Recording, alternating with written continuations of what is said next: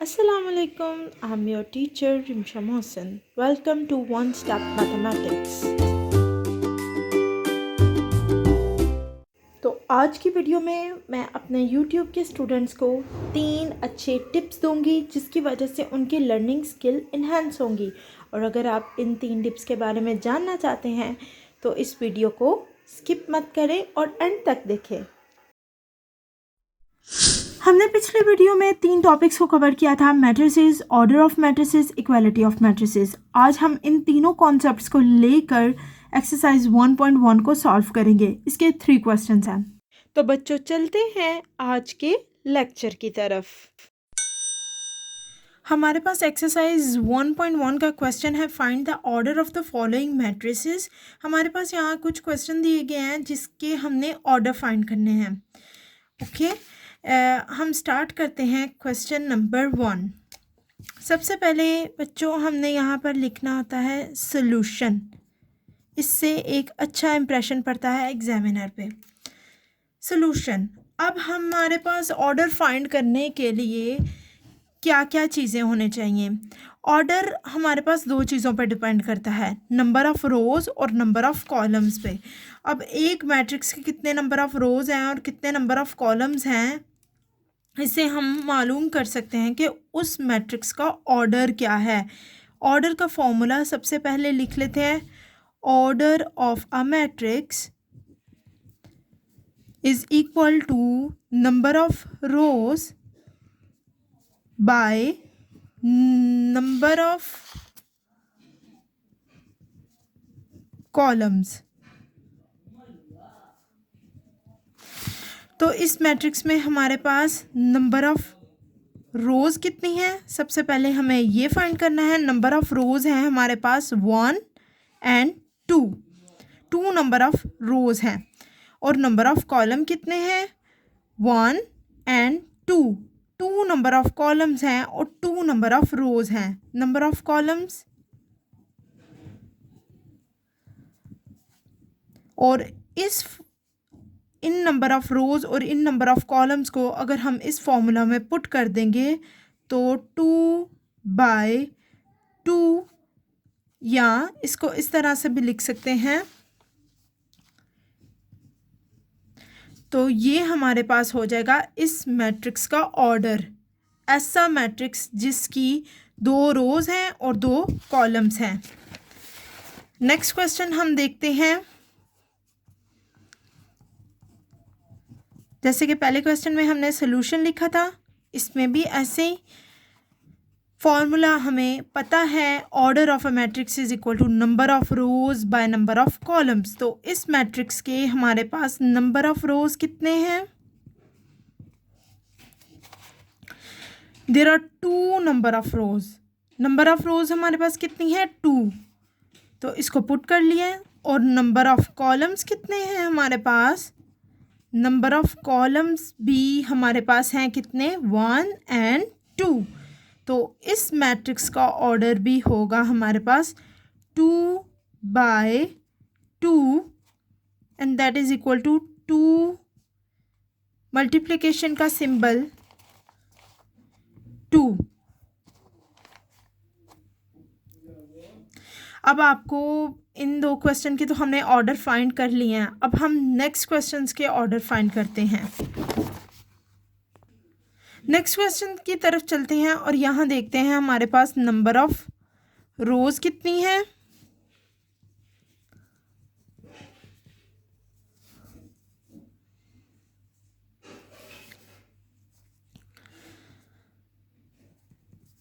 और number of columns कितने हैं। तो नंबर ऑफ रोज हैं हमारे पास 1, 2 एंड 3 और कॉलम हमारे पास एक ही है। नंबर ऑफ रोज हमारे पास 3 है और कॉलम हमारे पास एक है। तो इस मैट्रिक्स का ऑर्डर हमारे पास होगा 3/1। नंबर ऑफ रोज पहले और नंबर ऑफ कॉलम्स बाद में। अब नेक्स्ट हमारे पास है मैट्रिक्स जिसका हम नंबर ऑफ रोज पहले कैलकुलेट करेंगे, that is 1, 2 and 3 number of rows हैं हमारे पास, और कॉलम्स कितने हैं, 2 नंबर ऑफ कॉलम्स हैं, 2 नंबर ऑफ कॉलम्स हैं। तो ऑर्डर हमारे पास हो जाएगा 3/2। इसको इस तरह से भी लिख सकते हैं 3/2।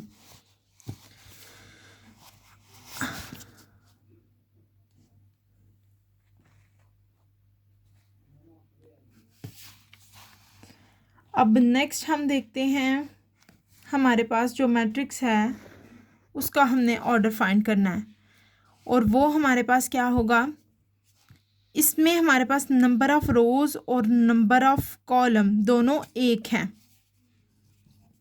1। So the number of rows is equal to 1 and the number of columns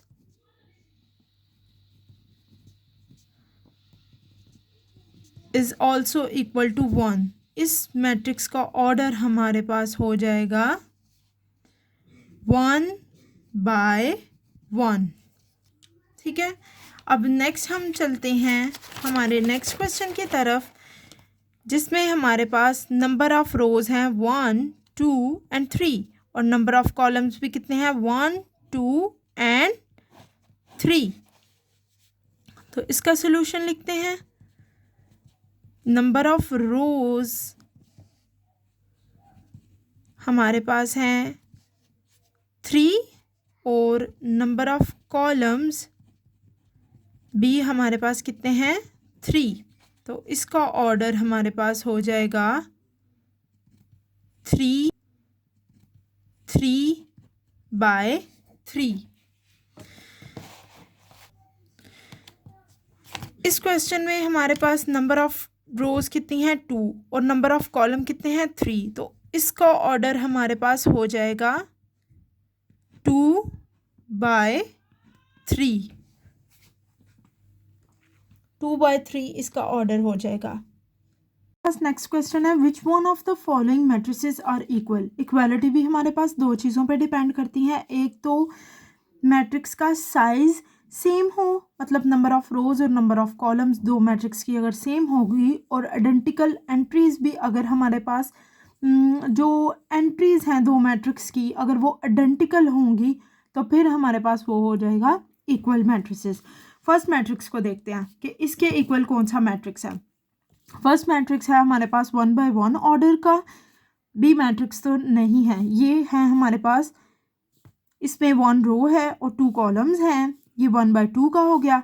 और ये third matrix that is equal to C is equal to 5 - 2 that is equal to 3।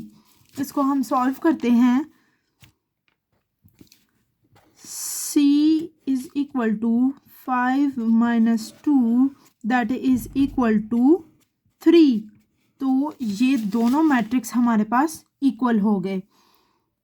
A equal हो गया C के, तो हम लिख सकते हैं A is equal to C, क्योंकि इन दोनों के ऑर्डर भी सेम है, 1/1 ऑर्डर है इन दोनों का, और इन दोनों की एंट्रीज भी आइडेंटिकल हैं। अब नेक्स्ट हम देखते हैं B हमारे पास कौन सा ऐसा मैट्रिक्स है जो B के इक्वल है। अगर हम देखें तो I हमारे पास 3, इसका भी ऑर्डर 1/2 है, इसका भी ऑर्डर 1/2 है। अगर हम I को सॉल्व करें, I इज इक्वल टू 3 + 2, तो हमारे पास हो जाएगा ये 3, 5। तो ये हमारे पास B के इक्वल आ गया। तो इस तरह B मैट्रिक्स हमारे पास इक्वल हो जाएगा I मैट्रिक्स के, क्योंकि इन दोनों के ऑर्डर भी सेम है और इनकी एंट्रीज भी आइडेंटिकल हैं। तो हम लिख सकते हैं B is equal to I। अब हम नेक्स्ट चलते हैं D की तरफ। D is equal to 5, 3।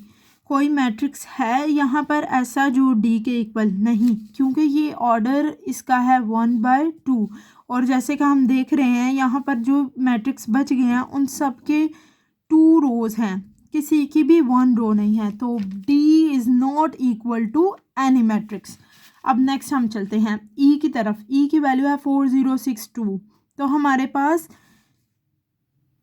8 में जो हमारे पास 8 क्वेश्चन में जो हमारे पास एज की वैल्यू है वो इक्वल है E के, क्योंकि इनका ऑर्डर भी सेम है, 2 by 2 ऑर्डर के हैं और इनकी आइडेंटिकल एंट्रीज भी हैं।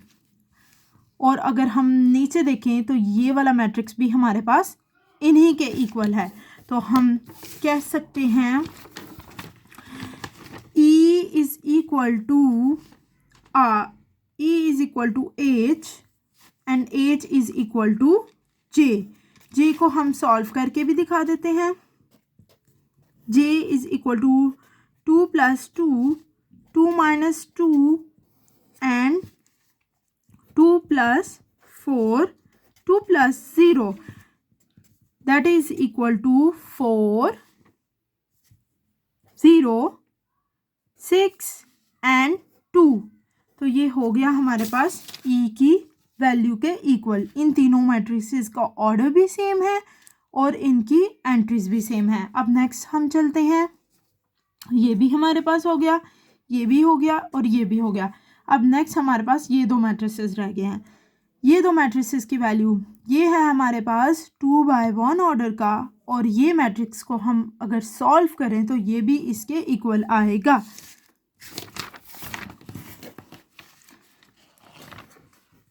G is equal to 3 - 1, 3 + 3। तो हम अगर इसको सॉल्व करें तो इसकी वैल्यू हमारे पास आएगी 2 एंड 6, तो जो कि वैल्यू इक्वल है F के। तो हम कह सकते हैं G is equal to F।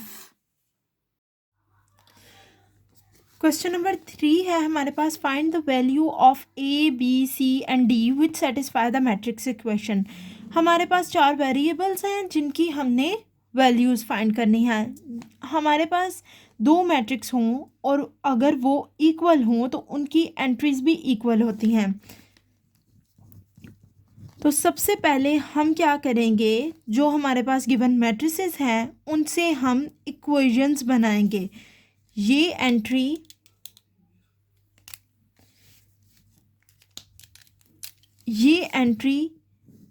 इसके इक्वल हो गई, तो हमारे पास इक्वेशन नंबर 1 होगी A + C is equal to 0। Equation 1 बन गई हमारे पास। सेकेंड इक्वेशन में हमारे पास सेकेंड एंट्री सेकेंड के इक्वल हो गई, A + 2B that is equal to -7। Equation number 2। Question number 3 हमारे पास आ जाएगी C - 1, 3, इक्वेशन नंबर 3। और लास्ट इक्वेशन हमारे पास आ जाएगी 4D - 6 is equal to 2D, equation number 4। ये एंट्री इसके इक्वल आ गई और ये एंट्री इसके इक्वल आ गई। इस तरह से हमने 4 इक्वेशंस जनरेट कर ली। अब सबसे पहले हम देखते हैं कौन सी इक्वेशन को हम यूज़ करेंगे तो हम एक वेरिएबल की वैल्यू आसानी से फाइंड कर सकते हैं। सबसे पहले हम यूज़ करते हैं इक्वेशन नंबर 3 को। C - 1 that is equal to 3। तो अगर हम 1 को ऑपोजिट साइड पे ले जाएंगे उसका साइन चेंज हो जाएगा और C की वैल्यू आ जाएगी हमारे पास 4। C की वैल्यू क्या आ गई 4। अब इस वैल्यू को हम पुट करेंगे इक्वेशन नंबर 1 में। A + C की जगह उसकी वैल्यू पुट करेंगे दैट इज इक्वल टू 0। तो A की वैल्यू हमारे पास आ गई -4। A की वैल्यू क्या आ गई -4। अब हम इस A की वैल्यू को पुट करेंगे इक्वेशन नंबर 2 में।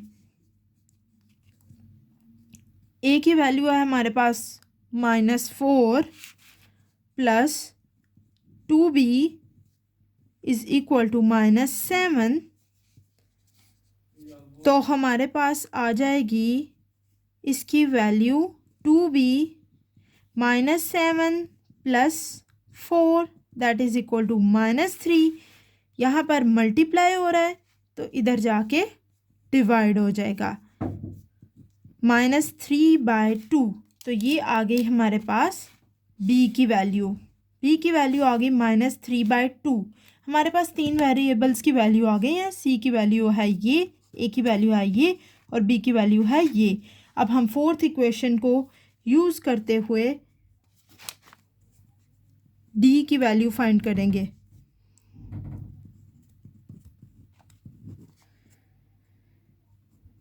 d दोनों में कॉमन है तो इसको हम सेम सिंबल्स वालों को एक साइड पे कर लेंगे, इसका साइन नेगेटिव हो जाएगा।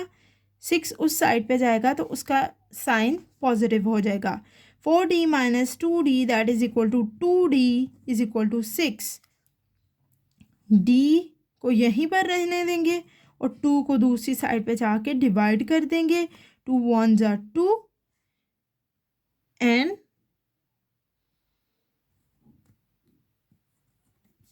तो d की वैल्यू हमारे पास आ जाएगी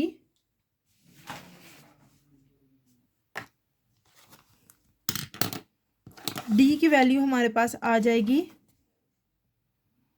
d is equal to 3।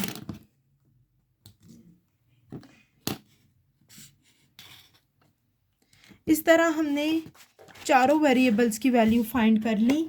c हमारे पास 4 आया, a हमारे पास -4, b हमारे पास -3/2 एंड d हमारे पास आया 3। अब एक दफ़ा हम सारा लेक्चर रिवाइज कर लेते हैं कि आज के लेक्चर में हमने क्या क्या चीज़ें पढ़ी हैं। हमने पढ़ी है एक्सरसाइज 1.1 जिसमें हमने 3 चीज़ों को यूज़ किया है। एक तो matrices, order of matrices, equality of matrices. Order find किया है और मैट्रिसेस की इक्वालिटी फाइंड की है। फर्स्ट क्वेश्चन में हमने फाइंड किया है ऑर्डर ऑफ मैट्रिक्स।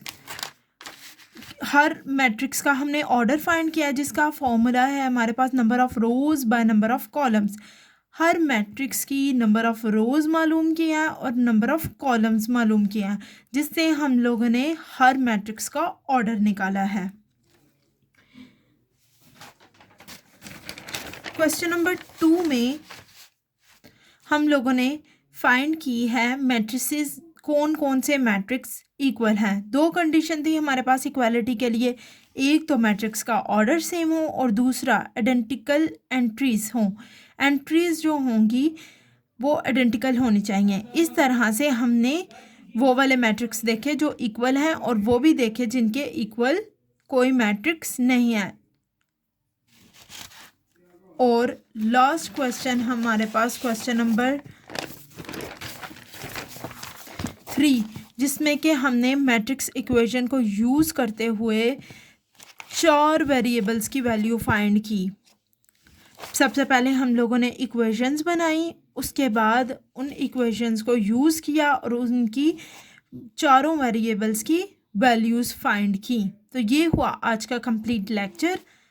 अब हम देखेंगे वो 3 टिप्स। बुक्स और नोटबुक्स पर रिलाई नहीं करना चाहिए बल्कि डिफरेंट ऑनलाइन रिसोर्सेज से पढ़ना चाहिए ताकि नॉलेज इंक्रीज हो। Set a target, have study breaks that enhance your learning skill. But sleep make you healthy as well as your brain, so the ability of your brain to absorb knowledge increases. If you like the video, please subscribe One Step Mathematics to get updated. Thank you.